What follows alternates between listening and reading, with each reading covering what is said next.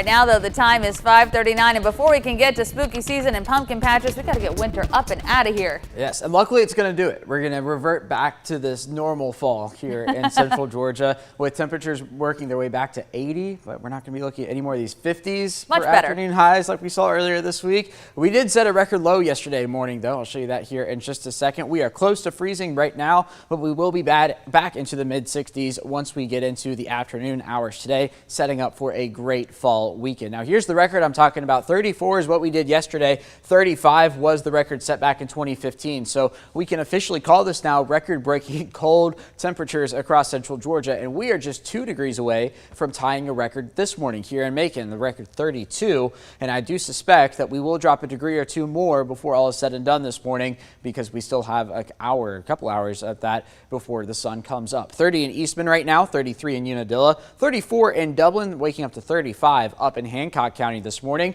We've got a cool morning across the southeast as well. Not a lot of cloud cover, because of that, the temperatures able to cool off fairly quickly. I did see Jacksonville get down to 39 this morning. Can you believe it? 30s in Florida on an October morning. Now, as we head into the afternoon hours, temperature is going to do a 180, back to 60 degrees here in Macon, widespread 50s across the board by the noon hour, and then into the mid-60s as we work our way into the afternoon. Cooling off again tonight, but we're not going to be quite as cold tomorrow morning as we are this morning. And that's going to be the general trend as we head through the next few days. The afternoons and mornings just a little bit warmer than each day before. Once we get on into Saturday morning, talking about overnight lows only in the low 40s there before we warm up into the 70s. Now, on into next week, we will see some increased cloud cover through the weekend.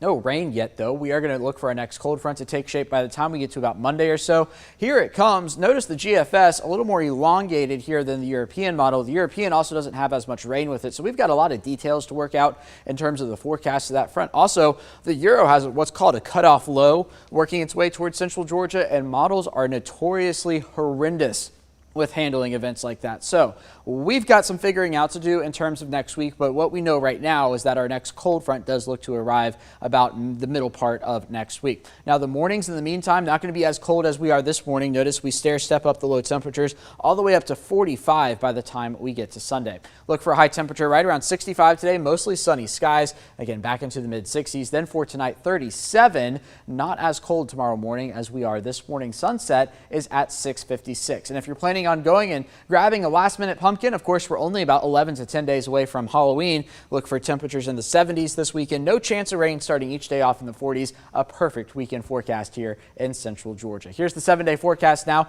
We've got 71 for tomorrow. There's the 70s for the weekend. Then once we get into next week, how about 80s? 80 itself on Monday, 81 on Tuesday. So yes, we're going to go from the freezing mark to 80s in the span of just a few days.